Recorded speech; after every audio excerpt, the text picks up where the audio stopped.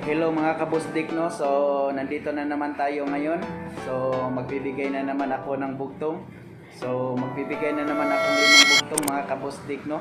Kasi break time namin ngayon. So, napag-isipan ko na magbigay na naman ng 5 bugtong.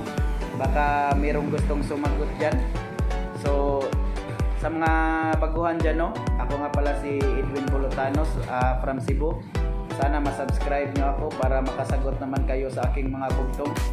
So araw-araw mga kabustik, no, magbibigay ako ng 5 bugtong. Tapos ipapasagot ko sa inyo. Sa comment box na lang yung sagot mga kabugtong ha. Tingnan natin kung hanggang ngayon alam nyo pa ba kung paano magbugtong or paano sumagot ng bugtong. So ito mga kabustik, no. So yung tanong ko mga kabustik is 2 beses ko lang uulitin. So ngayon, yung una kong tanong mga kabusdik is, haya na si kaka, bubuka, bukaka. Haya na si kaka, bubuka, bukaka. So, yan mga kabusdik, sagutin nyo yan. So, pangalawa kong bugtong mga kabusdik, nagtago si Pedro, nakalabas ang ulo. Nagtago si Pedro, nakalabas ang ulo. Yan mga kabusdik, sagutin nyo yan. So, madali lang yan. Ang pangatlo kong tanong mga kabustik, no, dumaan ang hari, nagkakagatan ang mga pare. Dumaan ang hari, nagkakagatan ang mga pare. So yan yung pangatlo kong bugtong mga kabustik. So ngayon mga kabustik, no, andito na naman tayo sa pang-apat kong bugtong.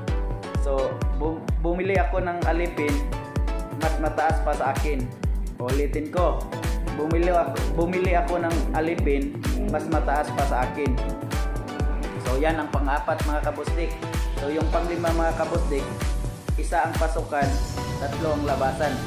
Isa ang pasukan, 3 ang labasan. So sana mga kabusdik, no, masagot niyo yung 5. Sa mga hindi pa nakapag-subscribe mga kabusdik, no, please subscribe my channel para araw-araw mga kabusdik meron kayong sasagutan.